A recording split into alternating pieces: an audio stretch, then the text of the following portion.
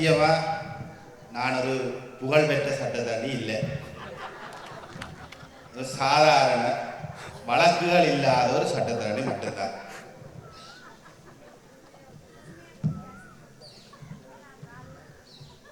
அப்ப சில வேளையில நான் ஒரு நேர்மையான ஆளா இருந்திருப்பனோ தெரியல. 1987 ஜூலை மாதம் வடமராட்சி மண் ஸ்ரீலங்கா இராணுவத்தினருடைய பிடிக்குள்ள சிக்கிக் கொண்டிருந்த போது, ஆபரேஷன் லிபரேஷன் என்ற இராணுவ நடவடிக்கை நடந்து கொண்டிருந்த போது, அந்த தடையை எப்படி உடைக்கலாம் என்று எங்கள் தலைவன் சிந்தித்துக் கொண்டிருந்த போது அங்க விடையா வந்தவர் தான் கரும்புலி மில்லர். அந்த கரும்புலி மில்லரை பெற்றெடுத்த தாயாருடைய பாதார விந்தங்களை தொழுது கொண்டு இங்கே வந்திருக்கின்ற அனைவருக்கும் என்னுடைய மாலை வணக்கங்களை தெரிவித்துக் கொண்டு என்னுடைய சிறிய உரைக்குள்ளே நான் செல்ல விரும்புகின்றேன். நேரம் போதாமையால் இந்த சூரிய வெளிச்சம் மறைவதற்குள் எங்களுடைய நிகழ்வை முடிக்க வேண்டிய ஒரு கட்டுப்பாடும் கடப்பாடும் எங்களுக்கு இருக்கின்றது. ஆகவே மிக சிறிய ஒரு உரையை மாத்திரம் நான் ஆற்றிவிட்டு செல்லலாம் என்று நினைக்கின்றேன். எங்களுடைய கட்சியை, தமிழ் தேசிய மக்கள் முன்னணியை நாங்கள் ஒரு அரசியல் கட்சியாக, ஒரு அரசியல் வாக்கு அரசியலை மட்டுமே எதிர்பார்த்து, வாக்கு அரசியலுக்கு பின்னால் செல்கின்ற, பதவி அரசியலுக்கு பின்னால் செல்கின்ற, சுகபோக அரசியலுக்கு பின்னால் செல்கின்ற ஒரு கட்சியாக நாங்கள் வளர்த்தெடுக்க என்றுமே விரும்பியதில்லை. மாறாக 30 வருடங்களாக நாங்கள் இரத்தத்தை சிந்தி எங்களுடைய சதையையும் உடம்பையும் எலும்பையும் நாங்கள் ஆகுதியாக்கி நடத்திய அந்த உன்னத வேள்வியிலே நாங்கள் எந்த தியாகத்துக்காக, எந்த இலட்சியத்துக்காக நாங்கள் போராட தொடர்ந்தோமோ, எந்த இலட்சியத்துக்காக நாங்கள் முள்ளிவாய்க்கால் வரை சென்று மடிந்தோமோ, அந்த இலட்சியத்தை அரசியல் ரீதியாக, கருத்தியல் ரீதியாக முன்கொண்டு செல்ல வேண்டும் என்பதற்காக ஒரு அரசியல் இயக்கமாகத்தான் நாங்கள் தமிழ் தேசிய மக்கள் முன்னணியை வடிவமைத்திருக்கின்றோம். பதவி வரிபிடித்து அரசியல் கதிரைகளுக்கு பின்னால் செல்கின்ற ஒரு கட்சியாக நாங்கள் இருந்திருப்போமாக இருந்தால், 2010 தேர்தலில் நாங்கள் தோத்த போது தமிழ் தேசிய கூட்டமைப்புடன் நாங்கள் சங்கமித்திருப்போம். 2015 தேர்தலிலே நாங்கள் தோற்கடிக்கப்பட்ட போது நாங்கள் இந்த மண்ணை விட்டு ஓடி அல்லது தமிழ் தேசிய கூட்டமைப்புடைய காலடியிலே நாங்கள் மண்டிட்டு இருக்கிறோம். நாங்கள் 2015 தேர்தலில் தோற்கடிக்கப்பட்ட மறுநாள் 1.5 லட்சம் மக்களுடைய கையெழுத்துக்களை திரட்டி, தெரு தெருவாக நின்று திரட்டி நாங்கள் ஐநாவுக்குள்ளே அனுப்பினோம். இங்கு ஒரு இனப்படுகொலை நடந்திருக்கிறது, எங்களுக்கு நீதி வேண்டும் என்று நாங்கள் தோற்கடிக்கப்பட்ட 2015 தேர்தலில் தோற்கடிக்கப்பட்ட மறுநாள் நாங்கள் ஒரு போராட்டத்தை செய்தோம். அதுக்கு காரணம், தேர்தல் மேடைகளிலே எங்களுடைய இனத்துக்கு எதிராக நடந்த அநீதிகளுக்கு நாங்கள் ஐநாவிலே அல்லது சர்வதேச அரங்கிலே அந்த குற்றங்களை இழந்தவர்களுக்கு தண்டனை பெற்று தருவோம் என்று சொல்ல தமிழ் தேசிய கூட்டமைப்பு தேர்தல் முடிந்த மறுநாள் விசாரணை எல்லாம் நிறைவு பெற்று விட்டது, சர்வதேச விசாரணை முடிந்து விட்டது என்று சொல்லி தமிழ் மக்களுடைய தலையிலே மிளகாய் அரைக்க வெளிக்கிட்ட போது நாங்கள் அந்த அந்த துரோகத்தை அம்பலப்படுத்த வேண்டிய தேவை எங்களுக்கு இருந்தது. முள்ளிவாய்க்காலிலே மரணித்த எங்களுடைய உறவுகளுக்கு நீதி வேண்ட வேண்டிய தேவை எங்களுக்கு இருந்தது. அதனால் நாங்கள் போராடினோம். பின்னர் நாங்கள் எழுக தமிழாக மக்களை திரட்டினோம். எழுக தமிழிலும் நாங்கள் தான் நின்றோம். நாங்கள் பதவிகளுக்காக அடிபட்டு அடிபணிந்து சோரம் போய் எங்களுடைய இலட்சியத்திலிருந்து நாங்கள் இன்றைக்கும் பின்னுக்கு போக மாட்டோம் என்ற உத்தரவாதத்தை நாங்கள் உங்களுக்கு தொடர்ந்து தாரோம். 90களின் ஆரம்பத்தில் தமிழீழ விடுதலை புலிகள் அமைப்பினுடைய தேசிய தலைவர் மேதகு வேலுப்பிள்ளை பிரபாகரன் அவர்களிடம் ஒரு கேள்வி ஒன்று கேட்கப்பட்டது. நீங்கள் ஒரு மிக சிறிய அமைப்பாக இருக்கிறீர்கள். அந்த காலத்தில் அவர்கள் பரிதாக சாதனை எதையும் செய்யாத ஒரு காலம். உங்களால் எப்படி நீங்கள் சொல்ற இலட்சியத்தை அடைய முடியும்? அதுக்கு அவர் சொன்ன பதில், நாங்கள் போராடாம இருந்தாலும் சிங்களவனங்களை அழிக்க போறான், போராடினாலும் நாங்கள் தோற்று போவோம், அழிஞ்சு போவோம் என்று இருக்கலாம். ஆனால் போராடினால் தப்பி பிழைக்க ஒரு வாய்ப்பு இருக்கிறது என்று சொன்னார். நாங்களும் இன்றைக்கு தோற்கடிக்கப்பட்ட பின்பும் இந்த மக்கள்கிட்ட சில உண்மைகளையும் சில யதார்த்தங்களையும் நாங்கள் சொல்லிக் கொண்டிருக்கின்றோம் என்றால், நாங்கள் எங்களுடைய போராட்டம் சில வேளைகளிலே வெல்லலாம். அதுக்கு ஒரு வாய்ப்பு இருக்கிறது.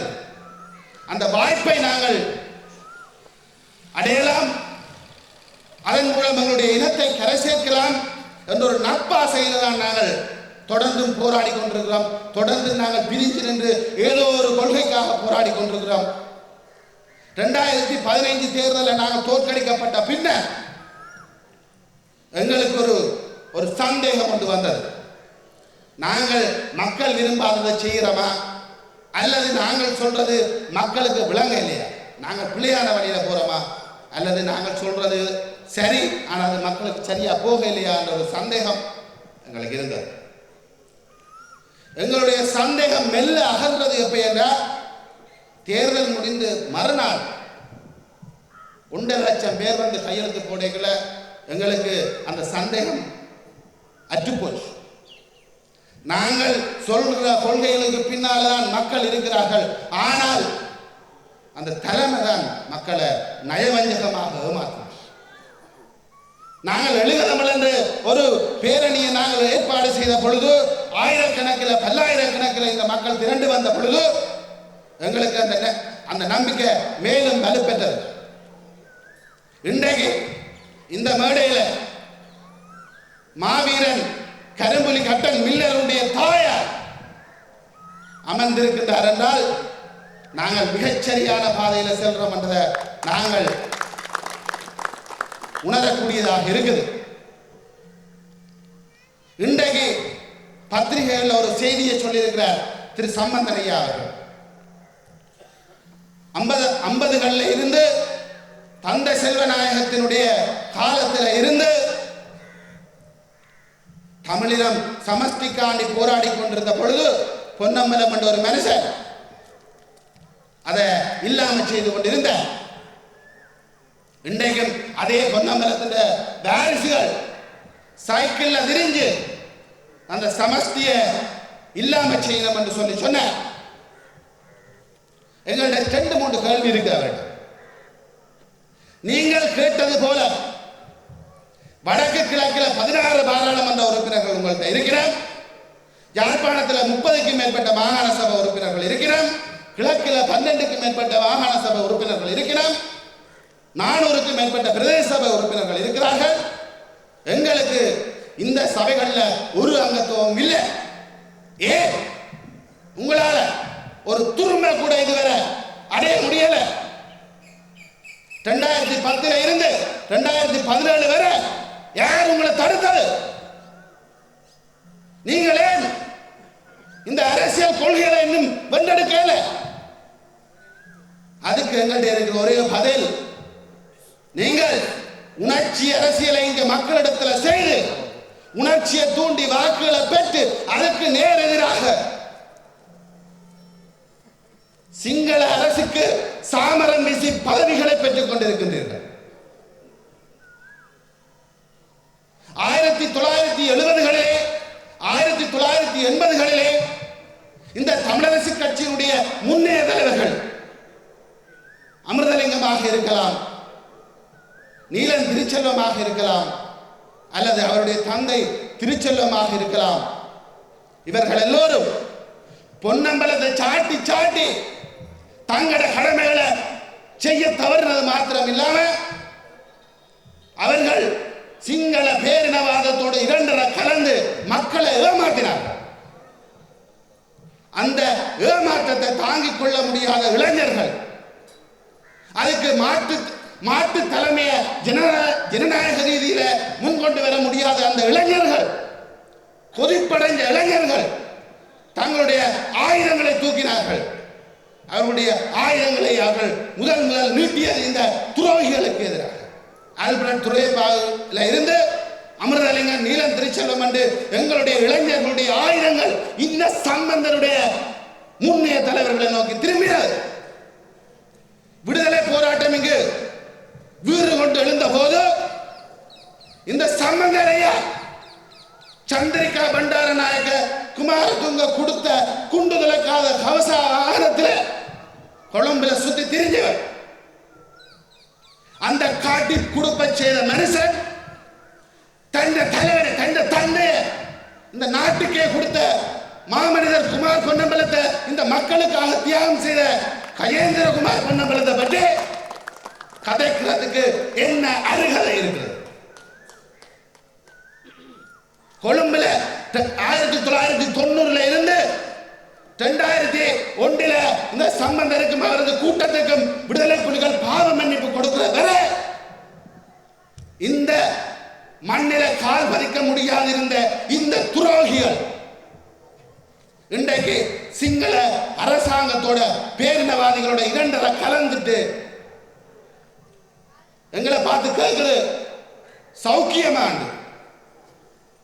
இவர்கள் ஒன்ற ஞாபகத்தில் வச்சுக் கொள்ள வேண்டும். இவர்கள் வரலாற்று சக்கரத்தை மீண்டும் கலிந்து சுழட்டி பார்க்க ஆசைப்படுகிறார்கள். அந்த வம்பு வேலையை செய்ய பார்க்கிறார்கள். நாங்கள் அமைதியாக, நாங்கள் ஜனநாயக வழியில நாங்கள் ஒரு பொன்னையர்கள் மாதிரி கதைச்சு கொண்டிருக்கிறோம். எங்களுக்கு பின்னால வர இளைஞர்களும் எங்களை மாதிரி ஐயோ துரோகம் என்று மட்டும் கதைச்சு கொண்டிருப்பார்கள் என்று இல்லை. 70களில் 80களில் நடந்த விஷயங்களை மீள் சுழற்சி செய்து பார்க்கிற ஒரு விஷப்பரீட்சையில் இந்த தமிழ் தேசிய கூட்டமைப்பின் தலைமை இன்றைக்கு ஈடுபடுதென்றால் அதுக்கு நாளைக்கு வரும் இளைஞர்களால அவர்கள் பதிலளிக்கப்படுவார்கள். அதனுடைய விபரீதம் பாரியதாக இருக்கும். தங்களையே அழித்துக் கொள்கின்ற ஒரு நிலைமை இந்த தமிழரசு கட்சிக்கு வரும்.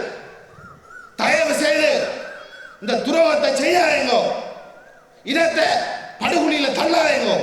உணர்ச்சி அரசியல மேடைகள்ல பேசி போட்டு அங்க போய் அரசாங்கத்தோட குலாவாதீங்க.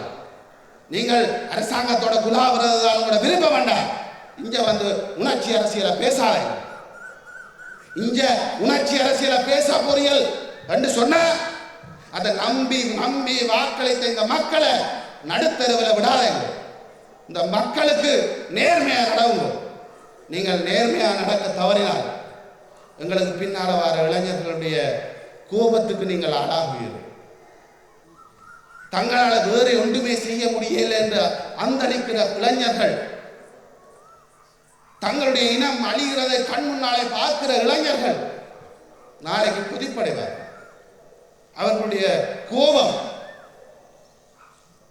எப்படி மாறும் என்று எங்களுக்கு சொல்ல முடியல. ஆனா எப்படி மாறினதுன்றதுக்கு எங்களுக்கு வரலாறு இருக்கிறது. கடந்த 30 ஆண்டுகளாக வரலாறு இருக்கிறது. தமிழீழ விடுதலை போராட்டத்தின் எழுச்சி என்பது இந்த தமிழரசு கட்சியினுடைய முன்னைய தலைவர்களால் தெருவாக கூட்டப்பட்ட உணர்ச்சிகளால் எழும்பப்பட்டது. சிங்களவன் அழித்துக் கொண்டிருந்தான், இவர்கள் சிங்களவனோட சமரசம் செய்து கொண்டிருந்தார்கள். அதை பார்த்து பொறுக்க முடியாத இளைஞர்கள் ஆயுதமேந்தி இவர்களை வேட்டையாடினார். இந்த விஷப்பரீட்சை, இந்த வரலாற்று சக்கரத்தை மீள் சுழட்டுகின்ற விஷப்பரீட்சையை தமிழரசு கட்சி தயவு செய்து நிப்பாட்ட வேணும். இல்லையா இதன் விபரீதம் பயங்கரமா இருக்கும்.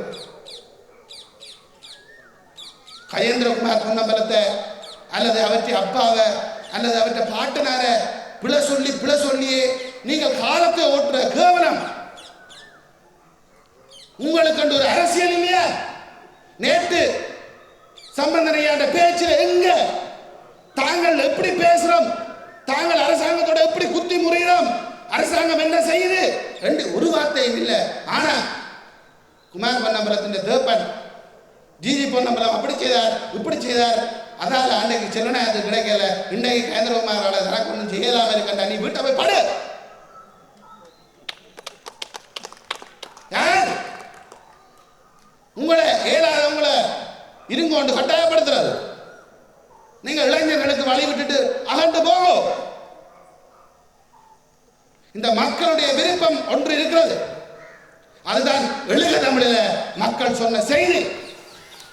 அந்த செய்திக்கு மாறாக நீங்கள் போகாதீங்க.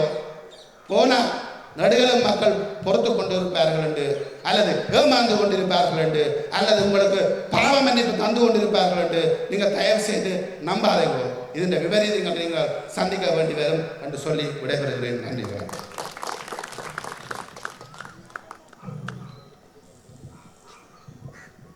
நன்றி மணிவண்ணன் அவர்களே. தமிழ் தேசிய மக்கள் முன்னணியும் அகில இலங்கை தமிழ் காங்கிரசும் இணைந்து ஏற்பாடு செய்துள்ள இந்த சர்வதேச தொழிலாளர் தின நிகழ்வின் நிறைவாக இந்த அமைப்பின் பொதுச் செயலாளர் திரு செல்வராஜா கஜேந்திரன் அவர்கள் உரையாற்றுவார்.